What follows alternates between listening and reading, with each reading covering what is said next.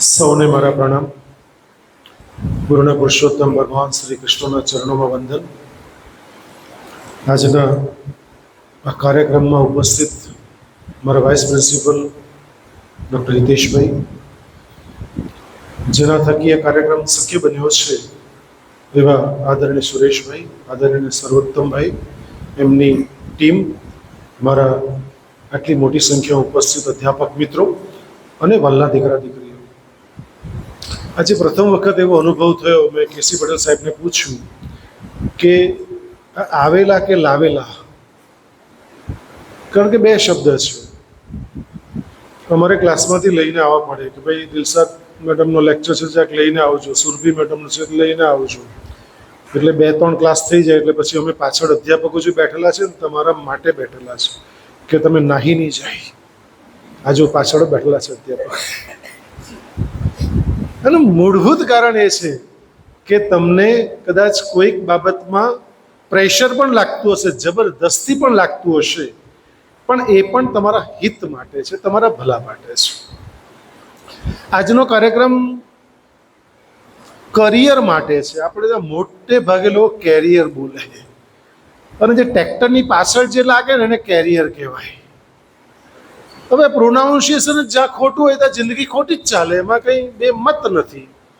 એટલે અંગ્રેજી જો નહીં બોલતા આવડતું તો સાદી સીધી ભાષામાં ગુજરાતી બોલી શકાય, પણ આપણે તો લોકોને શોખ છે કે અંગ્રેજીની છાંટ તમારી વાચામાં આવી જોઈએ, પણ શુદ્ધ ગુજરાતી પણ ઉત્તમમાં ઉત્તમ બોલી શકાતું હોય છે. એટલે કેરિયર કે એકચ્યુઅલી છે શબ્દ, એમ આઈ રાઈટ? કરિયર, બરાબર છે કે અંગ્રેજીવાળા સુધારશે ભાઈ મને. અને કરિયર શબ્દ છે. તમે જીવનમાં શું બનવા માંગો છો? આજે સવારે જ મેં FYBના કેટલાક મારા દીકરા દીકરીઓ દેખાય છે, સવારે જ વાત કરી કે તમે જીવનમાં શું પ્રાપ્ત કરવા માંગો છો, કઈ મંજિલ ઉપર જઈને બિરાજમાન થવા માંગો છો. એને માટે એક વાત જરાક આગળની કરી દઉં તો 1-2 દિવસ પહેલાં જ આપણે ત્યાં FY BComનો પ્રવેશ ઉત્સવ રાખ્યો. આદરણીય ધારાસભ્ય શ્રી રાકેશભાઈ આવ્યા, ઓફિસમાં બેઠા હતા.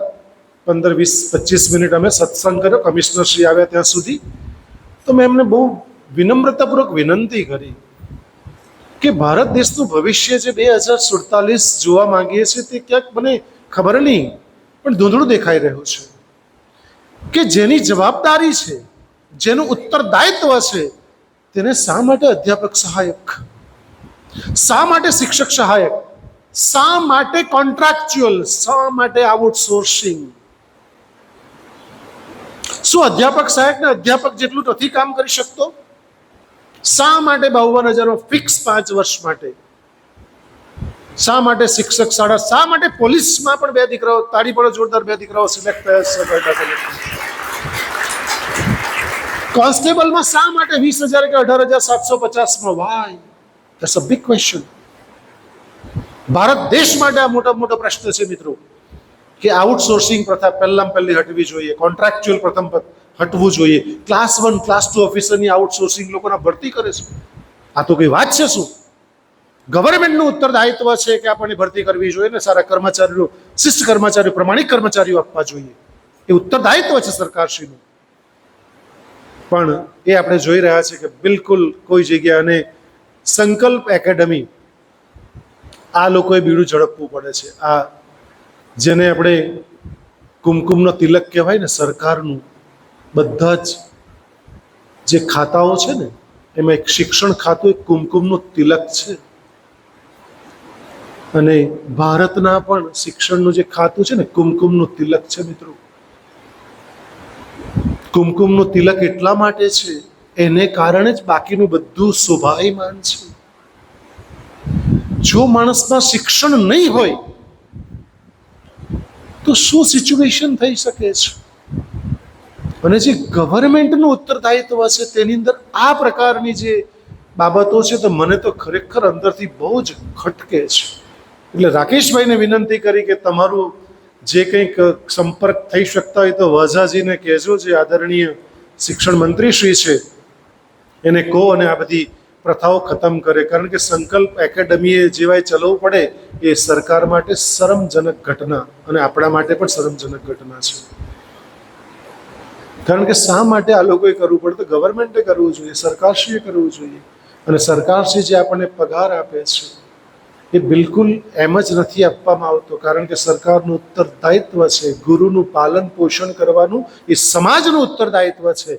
અને સમાજના ટેક્સમાંથી પૈસા આપણને ચૂકવવામાં આવે છે, કોઈ પોતાના ખિસ્સાના પૈસા નથી આપતું મિત્રો.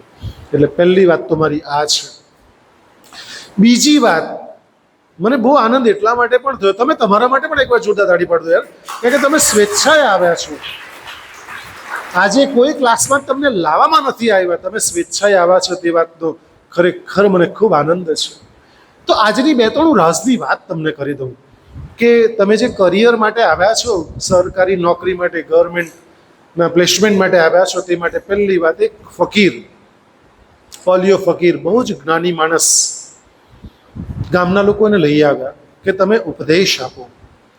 એટલે ફકીરે કે ઉપદેશ તો આપીશ. આ રીતે જ બધો ઓડિયન્સ ભેગો થયો, ગામના લોકો ભેગા થઈ ગયા. ઉપદેશ તો આપીશ, પણ હું પહેલો પ્રશ્ન પૂછીશ, તમે જવાબ આપશો બધા? તો કે યસ. એટલે પહેલો પ્રશ્ન, જેવું ગાદી પર બિરાજમાન થયા તરત જ પ્રશ્ન કર્યો, હું શું બોલીશ તમને ખબર છે? ઓડિયન્સને પૂછ્યું. અપેક્ષિત જવાબ શું હશે જે તમારો પણ હોઈ શકે છે? શું કીધું? અમને કાંઈ, તમે અમને શું ખબર તમે શું બોલવાના છો? બધાએ ના પાડી. એટલે ઉઠીને ચાલવા માંડ્યા કે શું થયું? આયોજકે પકડ્યા, શું થયું? તો કે હું શું બોલવાનું તમને બિલકુલ ખબર જ નથી, બોલવાનો શું મતલબ છે? ફરી પાછા બીજે દિવસે પકડી લાવ્યા. ઉપદેશ તો સાંભળવો જ હતો. ફરી પાછું કે સવાલ તો મારો એ જ રહેશે, હું શું બોલવાનું ખબર છે? આજે બધાએ શું કીધું? ગઈકાલે ના પાડેલી, આજે બધાએ ગામવાળા નક્કી કરેલું. શું કીધું? હા. તો પાછા ઉઠીને ચાલવા માંડ્યા. હવે શું થયું? તો કે હું જે બોલવાનો છું, હું જે તમને કહેવાનો છું, તમને ખબર જ છે, તો બોલવાનો મતલબ શું છે? ત્રીજે દિવસે પાછા ઉપદેશ તો સાંભળવો જ હતો, પાછા પકડીને લાવ્યા. સવાલ તો મારો એ જ રહેશે. પાછો સવાલ પૂછ્યો, હું શું બોલવાનું તમને ખબર છે? એટલે ગામના લોકો આજે નક્કી કરેલું, જેમ સ્કૂલમાં કેમ કરતા હોય, આગળવાળાએ હા અને પાછળવાળાએ ના. એટલે આગળવાળા જોરમાં હા બોલ્યા, એની કરતા જે પાછળ બેસે તે વધારે ડબલ જોર ના. પાછા ઉઠીને ચાલો. હવે શું થયું? તો કે જે હા વાળા છે તે ના વાળાને સમજાવી દો. You have a fourth option, તમારી પાસે ચોથો વિકલ્પ છે. આજનું આ તમારા જીપીએસસી યુપીએસસી પરીક્ષામાં જે ક્રેક કરવા માંગો છો ને, પ્રાપ્ત કરવા માંગો છો ને, એનું રાજ અહીંયા છે. ચોથો ઓપ્શન? હાથ ઊંચો કરો, મને કહો ચોથો ઓપ્શન શું છે? એકેય નહીં મિત્રો. રજનીશ બહુ સુંદર વાત કરે છે. એ કહે છે કે જો લોકો મૌન રહ્યા હોત ને તો કદાચ એ કહી શક્યો હોત. આપણે એટલું બધું બોલીએ છીએ, કદાચ તમે હમણે પણ મનમાં એટલું બધું બોલો છો, નહીં બોલવાના, નહીં વિચાર કરવાના, વિચાર કરો છો. એટલે શાંત રહેજો, તો જ આ સંકલ્પ એકેડમીના જે મિત્રો આવ્યા છે ને એ તમને કહેશે, તમને અન્ડરસ્ટેન્ડિંગ થશે. અને કોલેજમાં બી તમે આ જ કરો, સ્કૂલમાં બી તમે આ જ કરીને આવ્યા. શિક્ષક ભણાવતો હોય, બિલકુલ તમે પ્રેઝન્ટ તો હોવ ફિઝિકલી, પણ મેન્ટલી પ્રેઝન્ટ નથી હોતા. અને છેલ્લી મહત્વની વાત કે શીખવાના મુખ્ય 4 પ્રકાર છે. પહેલું, લખવું, જે આપણે લખતા શીખ્યું. હું તો ઘણીવાર ગવર્મેન્ટને વિનંતી કરું છું, જે મિત્રો નજીકના હોય, શિક્ષણ સાથે સંકળાયેલા હોય, પણ કહું છું કે દેશી સાહેબમાં આપણે જ્યારે ભણેલા ત્યારે ક કમળનો ક આવતો, ખ ખડિયાનો ખ આવતો, ડ ડગલાનો ડ આવતો, ગ ગણપતિનો ગ આવતો. એટલે એ લોકોને હું વિનંતી સુરેશભાઈ એવી કરું છું કે તમે એક કામ કરો યાર, હવે તો છેકો, ક કમાવવાનો ક કરો અને ખ ખાવાનો ખ કરો. કમાશે તો ખાશે. તમે પહેલેથી જ કમળ કમળ કરો છો તો એને કમાવવા તો દો.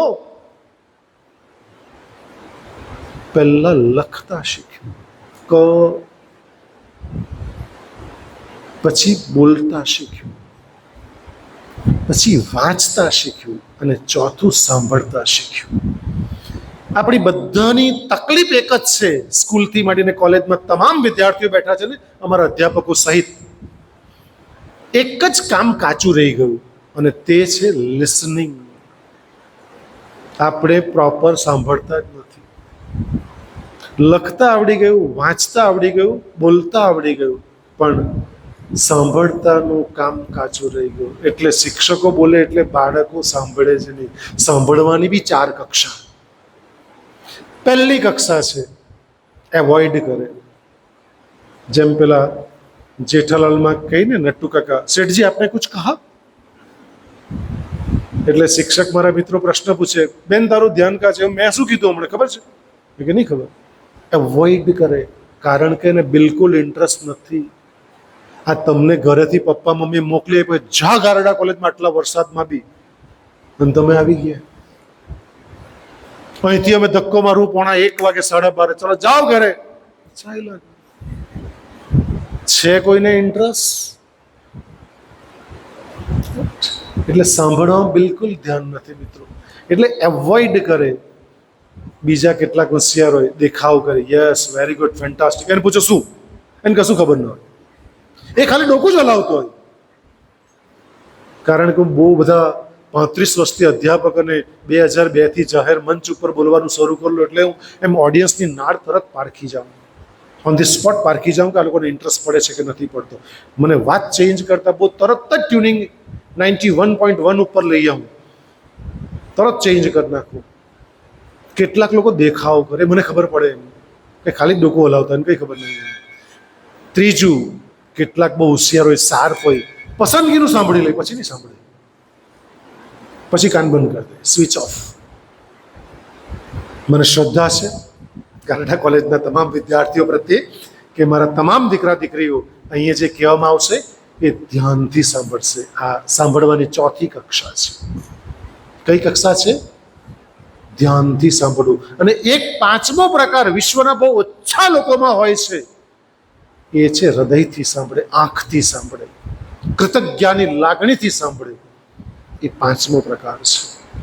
એટલે આપ સૌને વિનંતી છે કે આ લોકો જે બોલશે ને, અને હું જે બોલી રહ્યો છું હમણે, એનો ફાળો માત્ર શબ્દોનો 10% જ છે. ઓનલી 10%. શબ્દ માત્ર 10% જ છે.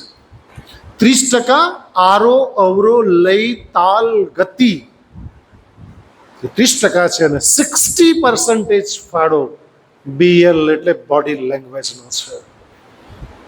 એટલે મારા અધ્યાપકો જે તમને આખામ ફરતા ફરતા જે ભણાવે છે ને, એની પાછળનું આ કારણ છે મિત્રો, કે તમને વાત હૃદયસ્થ થવી જોઈએ. અને અહીંથી પણ સંકલ્પ એકેડમી તમને જે કંઈક સમજાવે, જે કંઈક કહે, એ કહેશે તો ખરા, એ લોકો ટૂંકમાં જ કહેશે. મેં એમને વિનંતી કરી છે કે વધારે તમે પ્રશ્નોત્તરી લેજો, બાળકોના પ્રશ્નો લેજો, કે એ લોકોને શું કન્ફ્યુઝન છે, એ લોકો શું કરવા માગે છે, કઈ લાઈનમાં જવા માગે છે, કઈ લાઈનમાં જવાથી કયા કયા બેનિફિટ્સ છે, એ બધી ચર્ચા આપની સાથે કરશે. એટલે સવાલો પૂછવાની સંપૂર્ણ છૂટ છે. આપનું વક્તવ્ય પૂર્ણ થાય પછી આપ બિંદાસથી સવાલો પૂછજો. જ્યાં સુધી સંતોષ નહીં થાય ત્યાં સુધી સવાલો પૂછજો, અને સંતોષકારક જવાબ નહીં મળે તો આ લોકોનું પતે પછી મારી ઓફિસમાં આવી જાઓ સીધા. આપણી પાસે બધા જ વિકલ્પો હાજર છે. સો આપના ઉજ્જવળ ભવિષ્યની કારકિર્દી માટે શુભેચ્છા પાઠવું છું. ગારડા કોલેજ હંમેશા તમારા માટે ગર્વ લેશે કે મારો દીકરો કે દીકરી પોલીસ ઓફિસર છે, IAS ઓફિસર છે, રાઈટ. તમે જ્યાં પણ કમિશનર હો, કલેક્ટર હો, તમે શિક્ષક હો, અધ્યાપક હો, એને માટે ગારડા કોલેજ હંમેશા ગર્વ લેશે.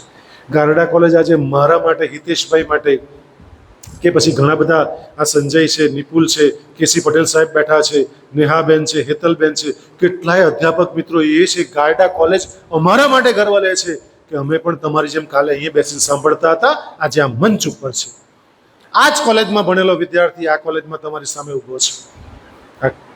આ વિદ્યાર્થી તમારી સામે બેઠો છે, આ વિદ્યાર્થી બેઠો છે. યસ, અમે પણ ગારડા કોલેજની એસેટ છે, મૂડી છે. એટલે મને ગારડા કોલેજમાં કામ કરવાની બહુ મજા આવે. સવારે આવું ત્યારે ગલિયાડની જોઉં અને જાઉં ત્યારે ગલિયાડની જોઉં, કારણ કે મને ખબર છે ગારડા કોલેજનો અદનો વિદ્યાર્થી છું. ગારડા કોલેજ માટે મેક્સિમમ કેટલું કરી શકું એ સદંતર ભાવના હૃદયમાંથી વહેતી હોય છે. અને તો જ ગારડા કોલેજ 4000 વિદ્યાર્થી છલ ભરેલી કોલેજ છે, અને દક્ષિણ ગુજરાતમાં સૌથી મોટી કોલેજ છે આપણી. સો ફરી એકવાર સુરેશભાઈને, આદરણીય સર્વોત્તમભાઈને અને એમની ટીમને આવકારતા ખરેખર ગારડા કોલેજ પરિવાર વતી આનંદ અને ગર્વ લાગણી અનુભવું છું. ફરી પાછા મળીશું. મારી ચર્ચાને અલ્પ વિરામ આપું છું. જય હિન્દ, જય ભારત, જય જય ગરવી. ધન્યવાદ.